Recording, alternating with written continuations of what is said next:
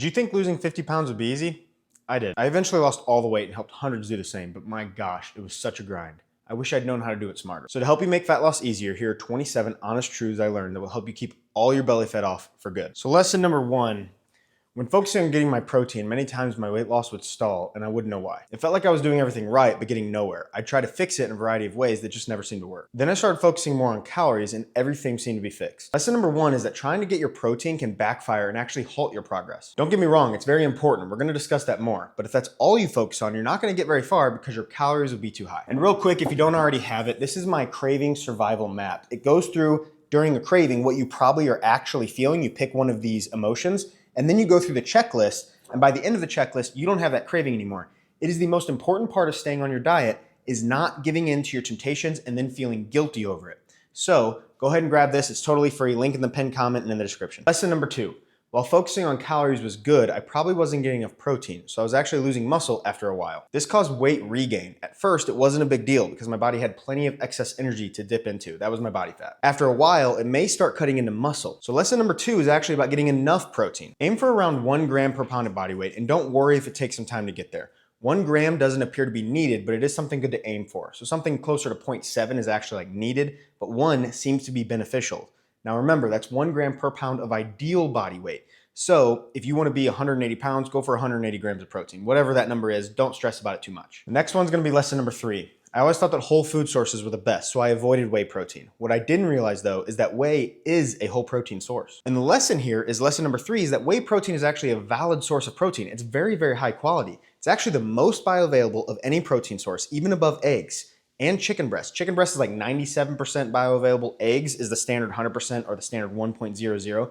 And whey protein actually came in at 1.04. It's a little bit more bioavailable than eggs. And this is what helps my clients tremendously when it comes to getting enough protein. Lesson number 4, another struggle with protein is starting the day way behind. I always figured I'd just eat more chicken, which never really worked out. Breakfast for me was my big opportunity. Even if heart healthy, instead of oatmeal, I might do overnight oats with protein mix in, or pork chops with low-fat cheese and eggs. It felt more like a breakfast protein in the morning. So lesson number 4 is that breakfast is the most important protein meal, not just the most important meal, but the most important protein meal. It's much easier to hit your protein goal of 180 or 200 if you have 50 grams right away. That might sound hard to do, but with practice, I promise you'll get there, and you don't need this right away. Just shoot for it and see what you can do. So lesson number 5, I always quit my diets. They were probably way too boring, typical protein, vegetable, and fruit type meals. That's exactly what I did. I started really pressing into recipes as social media blew up with them. I actually tried them and failed a whole lot, but found many good ones and adjusted some others to make them even better. Now, every meal is a cheat meal, and I mean that, like they are so delicious. So staying in a deficit is easy. Lesson number 5 is recipes can be a game changer, and clean eating is garbage. And I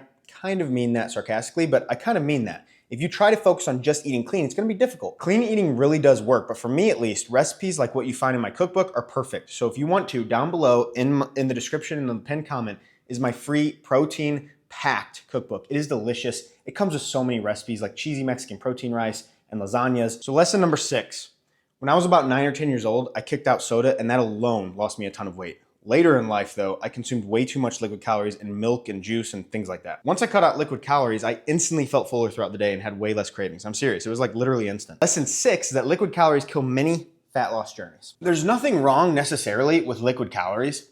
They don't get stored easier or anything like that. It's just hard to feel full on. So this includes coffee creamer, any sugary drinks, anything with calories in it that is liquid. I mean, I know it seems kind of obvious, but just give it a chance and watch as the fat melts off. Lesson number 7, I always did super intense cardio. I did actually enjoy it. Like for some reason, I really loved it. And I still kind of like it, but I kind of hated it as well. There was a part of me that just didn't want to do it. I never wanted to start. Once I got going, it was fine, but not wanting to ever start in the first place meant I missed out on a lot of workouts. Then the guilt spiraled start. I'm sure you've probably been there before.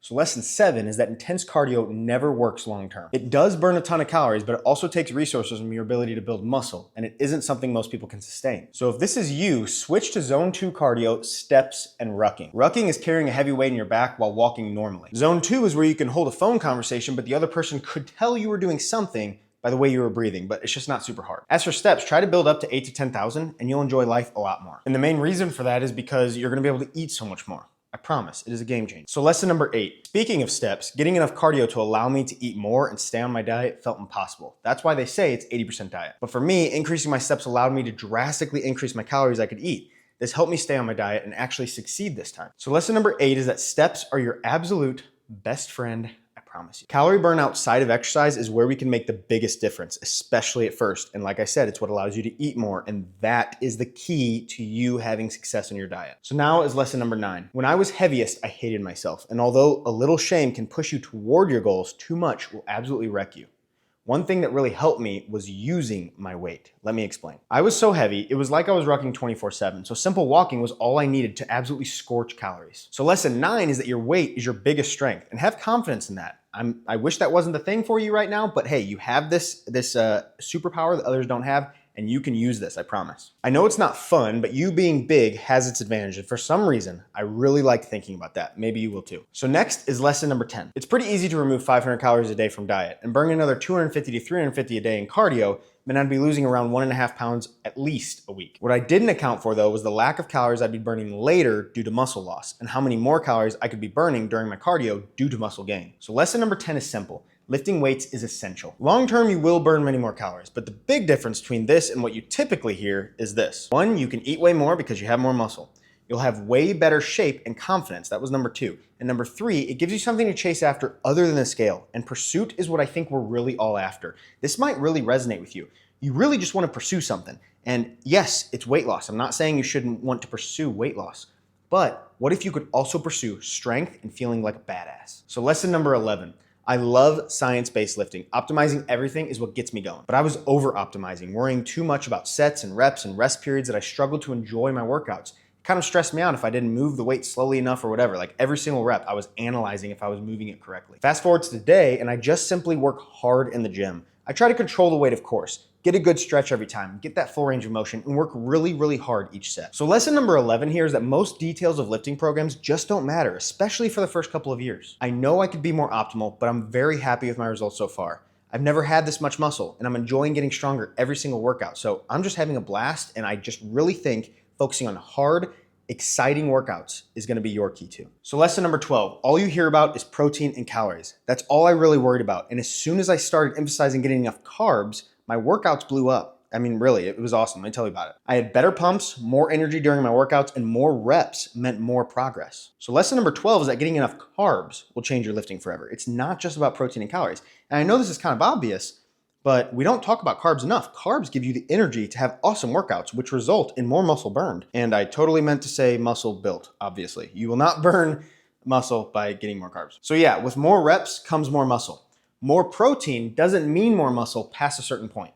So get your 1 gram per pound of ideal body weight and move on to other macros. Plus, it's much cheaper on your grocery bill. Protein is by far the most expensive macronutrient. Lesson number 13, I never used to train abs. I always was told that everyone had abs due to the requirement of everyday life. Like literally everyone has abs.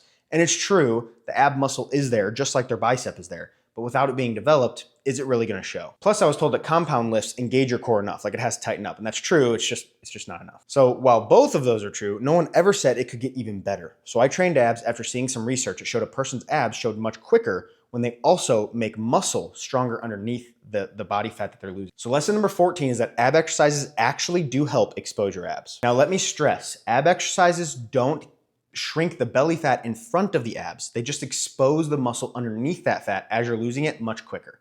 It all makes sense. And by now you probably think I'm an idiot, and you're not wrong, but the muscle being larger under the fat means you have to lose less fat to expose its shape. Now, getting definition of that muscle still takes more slimming, but it's nice having a solid 4-pack outline right now, even though I'm at 21% body fat or so. I might even be a little bit higher, and you can see the top 4 abs. Lesson number 14. After losing 15 pounds, my chest looked worse, and folds of fat became even more foldy. Like really, underneath my chest right there, I hated it so much. I thought I was moving backwards, but that just wasn't true. If you stick with it, you'll see exactly what I saw. That was just that the fat no longer was filling that space. So lesson 14 here is that you're gonna look worse before you look better. Once you start to cut into the fat that remains, the folds go away and you start to really see what you've been working towards, and that's that muscle underneath. So trust the process and stick with it. Lesson number 15. Speaking of sticking with it, I hated looking in the mirror and seeing the same old belly I always saw. It never got smaller, but here's the thing. The body loses fat in a particular order. So the lesson here is that the belly is the last to go. I saw drastic changes once I finally wasn't fixated on my belly fat to my face and my arms, and especially my shoulders, my traps. They were the most noticeable. Make sure to look at the rest of your body and you'll enjoy the process and stick to it in a way that you never have before, and the belly fat will eventually come off, I promise you. Lesson number 16.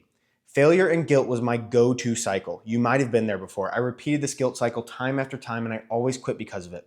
I heard Alex Hormozi once say that the leading indicator of a successful person is the ability to get back to baseline as fast as possible.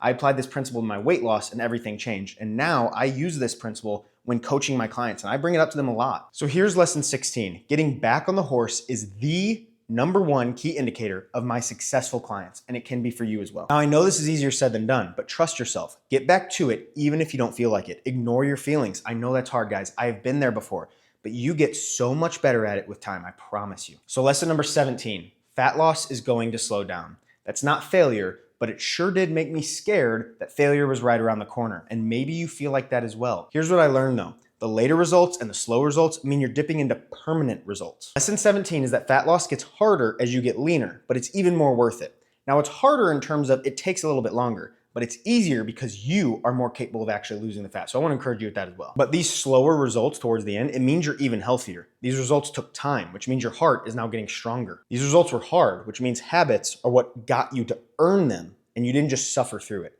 Anyone can lose 10, 20 pounds of water weight right off the bat and then regain it. But these results are permanent and means that you did it, not just like you suffered through it. Suffering always ends in failure, but slow and steady results are permanent and life-changing. Lesson number 18. I gotta be honest, chasing after a better looking body was always my motivation, and it still kind of is. Is it a coincidence that I always failed in the past? I don't think it was. Now that I have my daughters and my desire to be around for them longer is what drives me, I'm unstoppable, really. My family has like 10x'd my desire to make this happen. So the lesson here, lesson 18, you need a solid why. Looking good just isn't good enough. And I know it's cliche that you've heard this before, but get a vision board going. It could just be that you save some phone pictures to your background or, in a folder or whatever, but give you the reason why you want to do this. Like, what is the deeper reason? It could be family, it could be confidence, it could be to find a partner or travel the world. Find it and it's gonna keep you going. Lesson number 19. Earlier, I talked about getting back to it being a leading success indicator, but something that changed for me is what I considered a failure in the first place. Knowing that road bumps are literally part of the process made me almost want to hit them. Now that I embrace the difficult times, such as events, emotional eating, or sick days, I enjoy the challenge and never quit. And I know that sounds a little bit weird, but expecting this to be easy is what makes it harder than it ever needs to be. And that was another Alex Hormozi quote, I think. Maybe he quoted it from someone else, I don't know. But maybe this will kind of make more sense. If you haven't hit at least 20 to 30 hard times in your journey, you're nowhere near done. So don't try to hit them. Don't make it a goal to hit those, because then those are just gonna be false, difficult times. But it is a mile marker. So lesson 20, I never cared about sleep. It literally was the last thing on my list. I thought I was young, and as long as I pushed through, I'd be fine. I had no idea though that my cravings were probably stemming from me being overly tired all the time. Once I started prioritizing sleep, everything literally just magically got easier. And I'm not exaggerating here, it really does. So the lesson here is that sleep is super underrated. So I'm certainly not like a sleep expert, but focus on having less caffeine, none after noon if possible. That could be a big game changer for you because caffeine has a long half-life. So if you have a cup of coffee at 1, you're probably still gonna have a half a cup in your system by the time you're going to bed. Also, a dark room and cold temperatures. And the biggest one for me was consistent wake and sleep times, even on weekends, always going to bed and always waking up at the same time. It made me feel so much more ready for bed. Now, lesson 21. This one was huge for me. I never planned on anything happening between the now me and the end of goal me. If I lost a pound a week, I'd be at my goal in just over a year. If it was 2 pounds a week though, it would be in under a year. That was total folly and always led me to failure. I now never fall off. So here's the lesson and here's the reason why it changed for me. Diet breaks are literally required. Please hear me. I said what you're probably saying now. I don't need that. Maybe everyone else does. Maybe you do, Aaron. But I don't. Please, please, please just try out a 4-week diet break. If you are kind of struggling and slogging along and things have come to a halt or they've really slowed down, you will literally come back to this video to thank me. And here's why. As you diet, as you're in a calorie deficit, cortisol, leptin, ghrelin, all these other hormones stack up against you. They want you to return to baseline or at least to return closer to it. A diet break allows the extra calories during that break to alert your body to the fact that you aren't in crisis and it can chill. Now, this isn't starvation mode. This isn't you holding on to body fat magically. This is that you are getting signals, many more signals to eat and eat more. So you accidentally are taking in more calories than you probably realize, and a diet break is going to change your life, I promise. Lesson number 22, I never wanted strict, and I still don't coach like that, but one thing changed it all for me. I love my non-negotiable list. I have a list of steps and a workout that no matter what, I have to get done. Even if it's just a simple, small capacity thing like a stroll with my family or something like that, I rarely try to use that, but if I didn't get in my cardio that day, we might just go for a walk around the neighborhood. It's always good for my mental health to just get that stuff done and to be proud of myself. And therefore, it keeps me on my plan. So lesson 22 is to set a non-negotiable list. It could be a walk after every meal for 10 minutes. It could be a step goal. It could be to drink a full glass of water before every meal or to stop eating after 6 p.m. But make a list that feels right for you, something you can stick with, but that's going to push you and challenge you every day to make you proud when you achieve it. But it has to be simple so you can hit it every single day. No matter how you feel, hit just that one or two, the things that you set, and watch as you start to believe in yourself again. And that's what I think was it for me, is I started to believe that I could do this again. Lesson number 23. I thought there was a best way of doing things. This type of lifting, this type of cardio, this calorie target, whatever it was. But I started allowing my plan to change. I stick to some of the same list, but maybe a different rep range, or take a rest week if my body's feeling damaged. Sometimes I adjust calories down just to learn I should have kept them up because now the weight loss is too fast. So here's lesson 23. Adjustments to your whole program will need to happen many times. Don't be set on this is the way I do things and this is how it's going to be my entire journey. Weigh in every single day. The pattern is what matters, and daily weigh-ins give us a pattern. Don't worry about the up or down weights, just look at your graph every weigh-in. If you notice it going down, hang tight, you're gonna get there. If it's flat, slightly adjust your calories down, steps and cardio maybe a little bit up, keep lifting like always, and watch as you continue to progress forever. Lesson number 24. I, like most people, thought there was something I was missing, something like a magic bullet. Once I finally admitted that without hard work and a little discipline, I would never reach my goals, everything just kind of clicked. Now I can't stop myself. I'm on a roll and I'm never going back. So lesson 24 here is about that magic bullet. There aren't many supplements that work, except creatine, which is absolutely amazing. So don't depend on any supplement or medication to help you. Go to the gym, work hard every single set. Actually put time into meal prep. Sacrifice your TV show. You got this and it's gonna pay off, but it does take hard work. If you're serious about this, I hate to say it, but that's what's required. I'm gonna tell you what you need to hear, not what you wanna hear. Lesson number 25, this was huge. Diets for me always stopped working. Once I stopped blaming metabolic adaptation and actually started looking closer at what I ate, it fixed itself. So lesson 23 is this: a week of super strict food logging fixes almost every single plateau. If you are stuck, log every single calorie. I'm talking all sources, all drinks over 10 calories, any veggies, and never taking a bite of anything unless it's logged. Just log it. Worst case, you find out you were overeating and now you're in control. Instead of being a victim to a diet that stopped working, instead of feeling like your body just quit or whatever, you now know the source of error. Lesson number 26 now. I always lost 4 to 5 pounds per week. It gave me the ability to overeat, and I remember this so clearly. It gave me the ability to overeat, and I knew I would still be losing something. That always backfired. I would binge eventually, and the guilt would eat at me. I would quit 100% of the time. Now that I'm focused on 1 to 2 pounds at most per week, I haven't stopped losing for almost a year, except of course the diet breaks. So lesson 26 here is that faster than 2 pounds a week weight loss, at least after, the first little bit, it never works. You're not the exception. Just try this and thank me later. I promise you, this is gonna be true for you. Like I said, the one caveat here is that the first 2 weeks, you will lose a lot of weight. A lot of it's water weight and everything. And the more weight you have to lose, you can lose a little bit more than 1 to 2 pounds a week. So if you're really large or whatever, aim for something like 1% of your body weight. So if you're 400 pounds, 4 pounds a week is possible, and it's even healthy, but not for long. So keep reevaluating every 10 pounds to make sure you're still staying in that 1% range. And finally, we got the most important lesson. It's lesson number 27, and it's gonna trigger you. This is that diet soda is the nectar given to us by our Lord and Savior, Jesus Christ. I was told diet soda caused weight gain, but I drank more than anyone else, and I still lost 80 pounds, okay? I'm not gonna tell you how much I drank. It's too much. It's embarrassing. I won't do it. I'm telling you, this stuff is not gonna hurt you. Look at the actual research on it in humans. There is no evidence that will cause weight gain or cancer. Even with all this knowledge in this video, you probably aren't ready for massive weight loss, and you may quit again, but that's why I made this video right here, so watch this one next.